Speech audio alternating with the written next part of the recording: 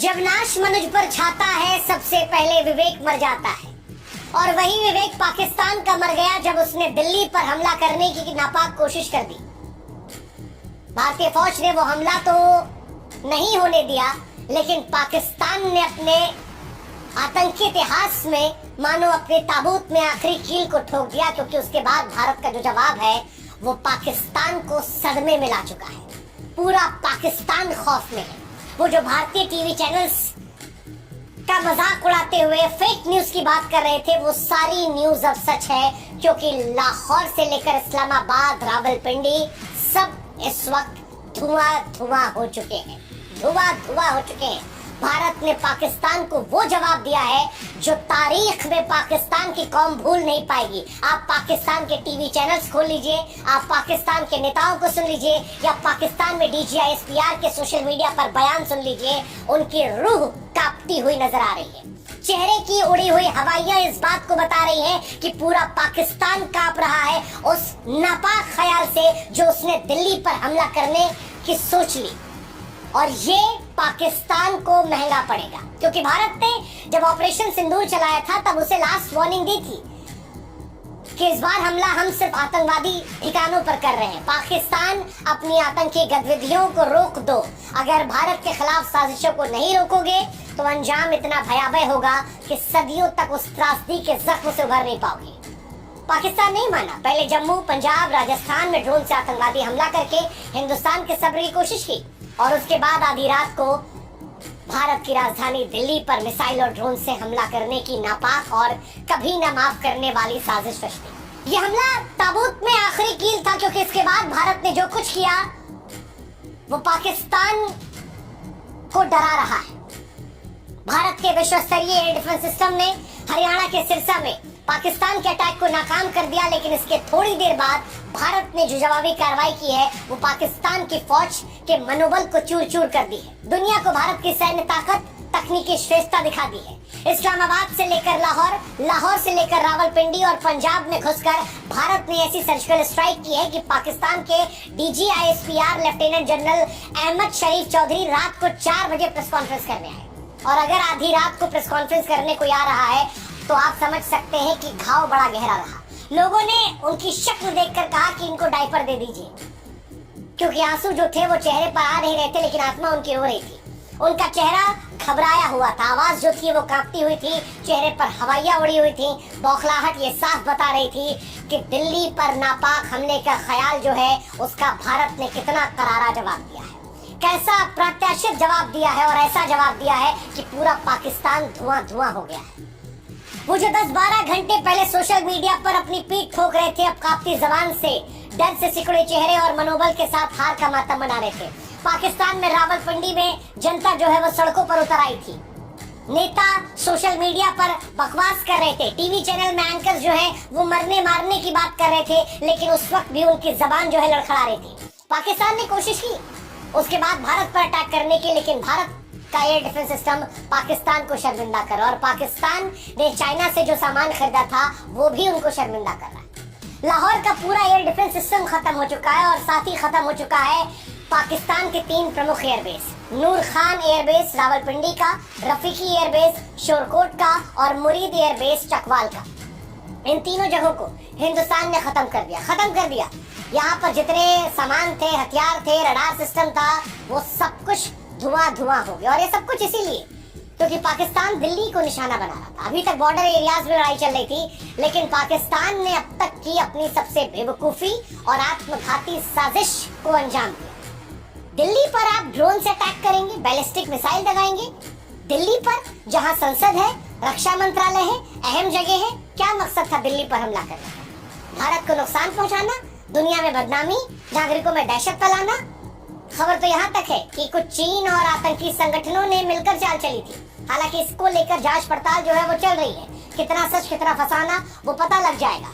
लेकिन पाकिस्तान ने दिल्ली को निशाना बनाकर भारत की संप्रभुता को जब ललकारने की कोशिश की, लाखों जिंदगियों को खतरे में डालने की कोशिश की, तो ये भारत की उस लाल रेखा को पार करने जैसा था जो भारत नहीं सहने वाला था। भारत ने इसके बाद पाकिस्तान को तबाह कर दिया। भारत ने इस बार जो जवाब दिया है उसने पाकिस्तान को शर्मसार किया है। लेकिन सिरसा में जो हुआ वो भारत के लिए खतरनाक हो सकता था अगर भारत का एयर डिफेंस सिस्टम स्ट्रांग नहीं होता, क्योंकि आधी रात के अंधेरे में आसमान चमक रहा था, धमाकों की आवाजें आ रही थी, मलबा गिरता दिखा। सोशल मीडिया पर लोग हैरान थे। ये तो भारत के देसी मिसाइल सिस्टम की ताकत थी कि सब कुछ काबू में रहा। भारत की सैन्य शक्ति ने भारत के लोगों को सुरक्षित रखा, लेकिन पाकिस्तान की करतूत ने बताया कि वो शांति का दुश्मन है। शांति का दुश्मन है। जम्मू में हमला करना, पंजाब में हमला करना, राजस्थान में ड्रोन हमला करना और अब दिल्ली में साजिश करने से पाकिस्तान ने उस फुल फ्लेजेड वॉर को खोल दिया है जो अब तक भारत संकोच कर रहा था। हालांकि भारत ने इस बार भी पाकिस्तान के सैन्य ठिकानों को ही निशाना बनाया है। अभी भी भारत मानो संदेश दे रहा है कि तुम्हारे लोगों पर हम हमला नहीं कर रहे। अभी भी हमने जो तुम्हें बर्बाद किया है वो तुम्हारी फौज के इलाकों को बर्बाद किया है जो जंग में जायज है। लेकिन पाकिस्तान ने जो दिल्ली में हमला करने की कोशिश की थी वो नाजायज थी, पाकिस्तान की तरह। और उसी की वजह से भारत का जवाब ऐसा था कि जब सोशल मीडिया पर वीडियोस आए तो सारे एयरबेस धुआं धुआं थे, आग की लपटें आसमान छू रही थी। स्थानीय लोग डरे सहमे थे। पेशावर में 5 धमाकों की खबर आई, एक सैन्य गोदाम तबाह हो गया। सियालकोट में पाकिस्तानी सेना के वरिष्ठ अधिकारी जनरल नासिर खान मारे गए। सूत्रों का दावा है कि जजुआ आतंकी संगठनों जैसे लश्कर तैयबा, जैश ए मोहम्मद, इन तमाम ने मिलकर जो साजिशें रची थी, अब पाकिस्तान उसमें फंस चुका है। भारत के स्वदेशी ड्रोन जो है वो उसे तबाह कर रहे हैं और पाकिस्तान पर ऐसा कहर बरप रहा है कि पाकिस्तान परेशान है। पाकिस्तान इसलिए परेशान है क्योंकि पाकिस्तान के रडार सिस्टम भारत की ड्रोन को पकड़ नहीं पा रहे, वो पूरी तरह से नाकाम है। पाकिस्तान का एयर डिफेंस सिस्टम पूरी तरह लाचार है। कईयों का तो मानना है कि भारत ने साइबर वॉर के जरिए पाकिस्तान के रडार और कमांड सेंटर को जाम कर दिया था, जिसकी वजह से उसकी रक्षा प्रणाली कागज की शेर बनकर रह गई और जब हमारे ड्रोन यहाँ से गए तो वो बेखबर थे। इसी वजह से उनको इतना भारी नुकसान जो है वो देखने को मिला। इस ऑपरेशन का आर्थिक प्रभाव पाकिस्तान को परेशान करेगा, क्योंकि पाकिस्तान ने 24 घंटे पहले IMF से वो जो $1 बिलियन की भीख ली थी, अब ऐसा लग रहा है कि भारत ने उससे कहीं ज्यादा इनको नुकसान पहुंचा दिया। जो नुकसान भारत ने इनको दिया है वो शायद $2-3 बिलियन से होगा। तो पाकिस्तान जो भिखमंगों की तरह मांगने गया था, जितना मांगा उससे ज्यादा फिलहाल नुकसान में है। लेकिन भारत का पाकिस्तान पर हमला, एयरबेस पर हमला, ये स्पष्ट करना था कि भारत के नागरिकों की तरफ अगर पाकिस्तान देखेगा तो फिर पाकिस्तान की नापाक सोच को मिट्टी में मिला दिया जाएगा। भारत अपनी संप्रभुता को लेकर बहुत स्पष्ट है। भारत दुनिया को बता रहा है कि न सिर्फ अपनी रक्षा करने में सक्षम है, बल्कि अगर दुश्मन हिमाकत करेगा, अगर दायरा पार करेगा, वो लाल रेखा से आगे बढ़ेगा, तो फिर हिंदुस्तान जो है वो उसे घर में घुसकर मारेगा। और पाकिस्तान डरी हुई है। पाकिस्तान के डर को आप ऐसे भी समझ लीजिए कि DGISPR जो है वो रात को 4 बजे जब आए तो बकवास करने लगे। वो भारत में लोगों को आपस में लड़ाने की कोशिश करने में आ गए। वो सिख समुदाय को लेकर झूठ बोलने लगे कि भारत ने पंजाब में सिखों को निशाना बनाने के लिए मिला बैलिस्टिक मिसाइल दागी।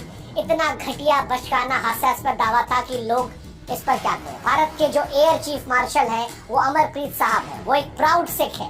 भारतीय वायुसेना को वो रिप्रेजेंट कर रहे हैं। भारत का सिख समुदाय कितनी बार पाकिस्तान को ठोक चुका है, कुत्ता बना चुका है। ऐसे में पाकिस्तान का ये दावा झूठा है। भारत के सिख समुदाय को बदनाम करने की कोशिश है और ऐसी कोशिश के बारे में हम क्या ही कहें। हालांकि पाकिस्तान हर तरह से नापाक कोशिश कर रहा है। अफगानिस्तान को लेकर बकवास की कि भारत ने अफगानिस्तान में भी हमला किया। उधर अफगान भाई हमारे कह रहे हैं कि इंडिया वाले भाई आप और ठोको, हम भी साथ में ठोकवाएंगे। DGISPR उस डर और झूठ के बीच में कहता है कि हमारा जवाब देखो, लेकिन पाकिस्तान की जनता जो है वो अब सोशल मीडिया पर समझ रही है कि जिनको वो हीरो मान रही थी वो हीरो नहीं है, वो खोखले कागज के लोग हैं, बोल बच्चन वाले हैं। और इसीलिए शायद पाकिस्तान झूठ का सहारा ले रहा है। खैर, पाकिस्तान के लिए सबक है।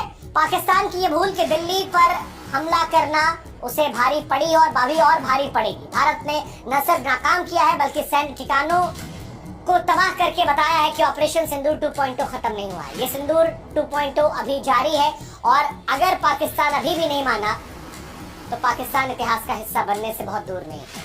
पाकिस्तान का इतिहास हालांकि कहता है कि पाकिस्तान सुधरने वालों में से नहीं है, लेकिन भारत भी इस बात को लेकर स्पष्ट है कि ये पुराना भारत नहीं है। हम इस बार थप्पड़ मारोगे तो ईंटा लेके मारेंगे। अगर हमारे पे हमला करने सोचोगे तो घर में घुस के तुमको तबाह कर देंगे और अगर इससे आगे बढ़ोगे तो तुमको इतिहास का हिस्सा बना देंगे। पाकिस्तान को तय करना है कि उसे रहना है या इतिहास के पन्नों में, कागजों में सिमट कर रह जाना है।